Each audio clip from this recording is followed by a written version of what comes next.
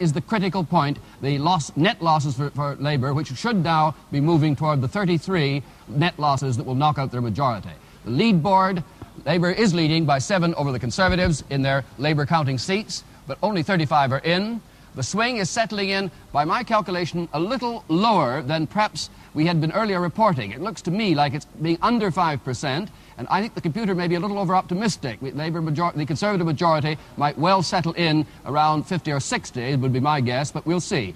Early days, only a very few marginals heard from, and they might go rather differently from the other seats we've been hearing from. Cliff. It's been fed with blue printout. That's what it is, I think, Robert, on the way. Let's take a look at some of the results that are now coming in. This is Farnworth, Lancashire, very safe seat. John Roper, university teacher. 6.1% swing to the new member against Labour.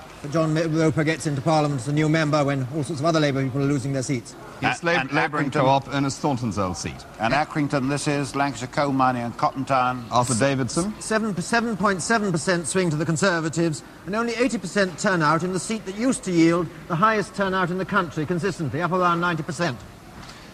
And we're standing by at this moment to go to Walthamstow. Here's Hornchurch. Here's the Conservative gain that we were talking about earlier at Hornchurch. Yes, this is John Loveridge taking over from Alan Williams, who was Parliamentary Private Secretary to Dennis Healey, an ex-Transport House official, a man quite influential in the party. And I think any moment at all now we should go to Walthamstow for a declaration, for the declaration of Walthamstow East, I think. 2,547, McNair Wilson, Robert Michael Connell, 14,260, Tomlinson John Edward, 13,733. Robert Michael McNair Wilson is elected as a member for the East constituency. The total number of spoilt papers was 58. For the Walthamstow West constituency, the votes cast at this election are as follows. Deakins, Eric Petro, 12,472. Roxburgh, Ian Walter, 2,564. Sylvester Frederick John, 7,870. Eric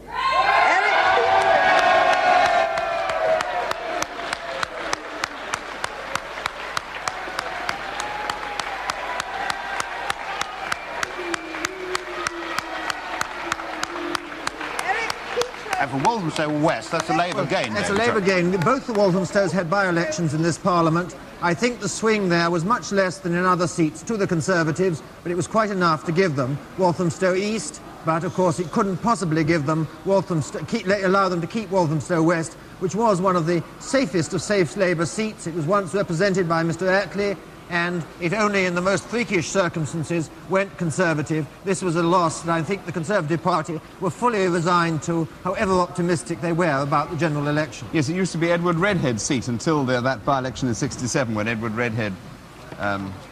And Douglas Joes held Battersea North, so he goes back to represent the fun fair and the power station as well. And we now have a quote from Mr. Harry Nicholas, the General Secretary of the Labour Party. He said, "I cannot say that I altogether like the swing to the Tories." I reckon that's about the first understatement of the night that we're going to have. Can we have a quick word about the two Walthamstows? I'm sorry, I really interrupted you there. No, not to worry. Walthamstow West, as we were saying, the MP there, in fact, hadn't made any great impact. He was an advertising man, a bow grouper, but hadn't had time in the House, really, to make much significant impact at all. Michael McNair Wilson at Walthamstow East, he was a man who, when he won in the by-election, he was greeted by the Labour benches with the Eton boating song, because there are two McNair Wilsons in the House of Commons, both from Eton. They were introduced by an Eton man to the House, and the whole House broke into song. Well, we'll see what they do when they all reassemble. Well, I can assure you that Robert Mackenzie will not now break into song. They're even having to extend his swingometer. Let's see him doing it. There he is. Well, He's it's rather having like to paint painting the Sistine Chapel here. We're bringing the swingometer up to date to make room for the kind of swings. There have been several, around 9% to the Conservatives, one of them being Enoch Powell's swing. But the other national swing is settling in this vicinity, 4.7% swing. And this is rather lower than we'd been getting earlier on, when it was about around 5 to 6%. but it still points to a Conservative majority, but to me at least, a majority in the 50 range over Labour, and nothing like what we'd thought it might be in the beginning, 90 or 100. That's the way it looks now on the total of 42 results in. Well, we've always said when we got 42 results in that it would start to settle down and all our computers would start really to give us the real kind of indications. Rob Mackenzie has done it on the swingometer that everyone calls it, and I see Mr. Edward Short there waiting to talk with Robin Day. Robin.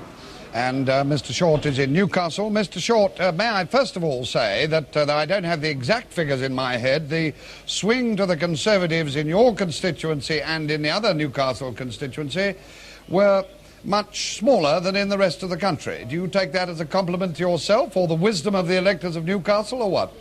I think it's due to the government's regional policies. People like them, and it's been doing good in this part of the world. That's what it's about. Now, what do you think about the trend overall? Dr. Butler and Dr. Mackenzie have told us the Conservatives are going to win. Do you accept that yet? Well, it's far too early to say that yet. There have been wide regional variations. We haven't any Scottish results, for example, and there's been a very big swing to Labour there. We've got to wait yet. It's far too early to say. The estimated Conservative majority is down from 90 to 40 or 50, so let's wait. But would you be surprised, really, Mr. Short, if... I mean, all our clever people here are desperately trying to find explanations for what they call a sensation. But if 5 or 6 people in 100 have changed their mind in the last 5 years, after all the difficulties and problems the Labour government has had, this isn't very surprising, is it? I think if they change their minds, it's due to the devaluation scandal that Mr. Heath has been putting out in the last few days. One of the most irresponsible things ever done in a British election. This, of course, this chicken will come home to roost with Mr. Heath. You say the British electorate, if they are voting Conservative, are voting not because of their sober judgment, but because of us taken in by a scare by Mr. Heath? I think certainly. This is the traditional Tory method. They've brought forward scares at the last minute for generations, and this is about the worst, most irresponsible one of the whole lot. But I was up at Highton the other night, Mr. Short, and Mr. Wilson paid tribute to the British people, and he said they were the most level-headed people in the world. The British people are level-headed people, but if the press, the greater part of the national press, the Tory party, and to some extent the BBC, keep on hammering at this, day after day, it's bound to make some impact, isn't it? What do you say they've been hammering at, Mr. Short? At this question of devaluation. Mr. Heath's talk about devaluation with Labour.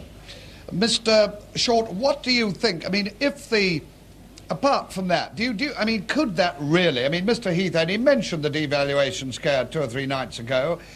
Can this really account for a national trend, as it seems at the moment, of I'm not agreeing there is a national trend. All I'm saying is to try to find one factor which you asked me to do, and the factor I find is this last-minute traditional Tory scare, which they always manage to bring out of the hat at the last minute. If the Labour Party is defeated, Mr. Short, what will be the impact on it as regards the opinion on the left and opinion on the right? Will it be a divided party again in opposition? No, I don't admit the Labour Party will be defeated, but if it were by a small head, I think it would certainly do a great deal to unite the party. If the majority was narrow, of course. If the majority was narrow, if it was large, which I don't think it will be, whatever it is, the Labour Party is a united party under Harold Wilson. Mr. Short, thank you very much indeed. If you ever wished you had 16 heads? At the moment we're watching a recount at Stockport North. We're waiting for Mr. Wilson to arrive at Highton, which he's likely to do any second.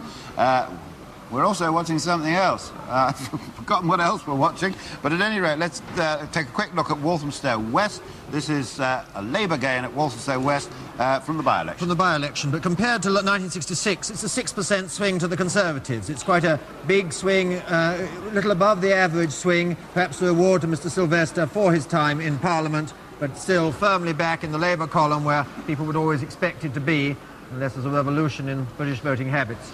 And a quick look at Lord Avon, Anthony Eden's old seat there. Oh no, we've got Wycombe, High Wycombe. High Wycombe. A 6.1% swing in High Wycombe. And now Warwick and Leamington. This is Anthony Eden's old seat for 33 years. And a 5.6% swing in Warwick and Leamington. I want to give up this swing stuff because they're all so level. Yeah, I think we'd better. Let's take a quick look at it. Walthamstow East. Here's McNair Wilson back in. And this is more or less a Conservative gain compared to 66. It's just confirming a by-election victory. Actually, the swing was one of the lowest we've had in the London area anyway, only 3.6% to the Conservatives, but enough to give them a majority of 587. Good. Well, there we are. Hayes and Harlington up, and we were talking about Arthur Skeffington, who's been the Labour Member of Parliament here since 1953. This is the West London sort of industrial fringe. Yes, indeed. Of course, Skeffington is the present chairman of the Labour Party. And a 5% swing to the Conservatives there, 5% swing against Arthur Skeffington, leaving him still a comfortable majority. Very comfortable indeed he's doing that. Right, let's pause. I think what we could do, David, really, is to take a quick thought in our heads about the kind of people who could go out with this kind of swing. I don't know if we've got that readily available. Yes, well, one can go through a large number of names. Most of them haven't been very prominent, but I see John McIntosh there, Edwin Brooks, Mrs. Anne Carr, Robert Maxwell, John Page, Ben Whittaker, Evan Lord in Oxford, which is perhaps one of the next marginals we may expect to hear from in Oxford. That's enough. That's enough to going on with. Now we're going down to Devon North to David Lomax for some news. David? They count every single ballot of people. Recheck to check the bundles, and they're in bundles pressing. Sorry, Cliff, I didn't realise that you were on to us. The news here from Barnstaple in North Devon is that there is going to be a recheck. That I understand is not quite the same as a recount. This again, of course, is a marginal seat. It's the seat that the Liberal leader Jeremy Thorpe is defending with a majority of 1,166 votes. And the result, we think, will come in, just hang on while I check, will be in about 10 or 15 minutes. 15 minutes. Labour have held Nottingham Central meanwhile, and what we can do is to bring you the result from Liverpool Edge Hill. This is the central Liverpool constituency, very solidly Labour Solicitor General's seat. Plessy works. And a 5.3% swing to the Conservatives in Liverpool Edge Hill. There was a slight swing to Labour in Liverpool, Scotland, the only one we've had. Though the centre of Liverpool is being so depopulated, you get some very odd results there. Here is 5.3 in Liverpool. Yes, very much the same sort of pattern we've been getting in Lancashire. That's the Plessy works. Yes, that's Michael Howard, a young Conservative doing well against Arthur Levin. Kingston-on-Thames, this is John Boyd Carpenter. Lowish swing, 3.6% to John Boyd Carpenter, increasing his majority into 5 figures. Yes, he's not on the opposition front bench, so what his position will be in a new Conservative cabinet is very difficult to guess, but he's certainly one of the most intellectually outstanding people on the Conservative side of the House, the ex-Minister of Transport. Here's again, just coming on to and they've gained Rossendale, and this is Anthony Greenwood's old seat, and it's gone to the Conservatives. That's a very sensational result, because it was a safe-ish Labour seat, and of course it may have been a personal vote for Anthony Greenwood. Must be a blow for Miss Boothroyd, who got the seat was selected just in the beginning of the election, and of course she'd been defeated in Nelson and Cone. But this is a big and quite unexpected gain for the Conservatives on the sort of swing we've been having. Yes, this is Mr. Ronald Bray, Vice Chairman of the Yorkshire Conservative Association. Let's have a look now at Middlesbrough East. Middlesbrough East, an industrial area very north of North Riding on the River Tees. But there's a 4% swing there, which might put Middlesbrough West very much on the margin. Jeremy Bray and Middlesbrough West next door, very much on the margin. It's one of the seats to watch out for. Middlesbrough East, Arthur Bottomley, who was Secretary of State for Commonwealth Affairs and a decisive negotiator in Rhodesia. And Thurrock, no change there. Hugh Delage back there. But 6.7% swing to the Conservatives. Yes, one of the wittiest men in the House of Commons, I think we can say of him. Oh, is he? I wonder what you say. About Battersea North. Here's Mr. J back in, the great anti-marketeer. He's going to have a great deal of work to do if the Conservatives get back in, Yes, indeed, the proponent of the North Atlantic Free Trade Area and the man who's campaigned resolutely against the common market throughout. 4.7% swing. And How are the Liberals doing? That's about it. Really, we've had so many going through here, Harold, and so many, really, from parts of the world that fascinate you in the industrial way. Well, it's now possible to pick out from some of the results that have come in the sort of industrial seats now that are really in jeopardy for Labour. This Conservative gain in Rossendale is certainly one up for them. The Keighley victory is also another one up for them. And if you look at the kind of seats now in these heavily industrialised areas of the north that are going to fall to the Conservatives, they register something like this. 2 seats at Preston are now in jeopardy. The 2 Stockport seats are in jeopardy, although I see that in one of the Stockport seats there is a recount. A seat in Bolton, Wigan, 2 in Bradford, Lancaster is likely to go, possibly 2 seats in Manchester, Leeds and Sheffield. In the North West and in Yorkshire, I think, as a result of the results that have been coming in, the Conservatives are going to make a lot of advances tonight. Cliff? And now to Robert Mackenzie for the state of the parties. Well, at 12:39, we see Labour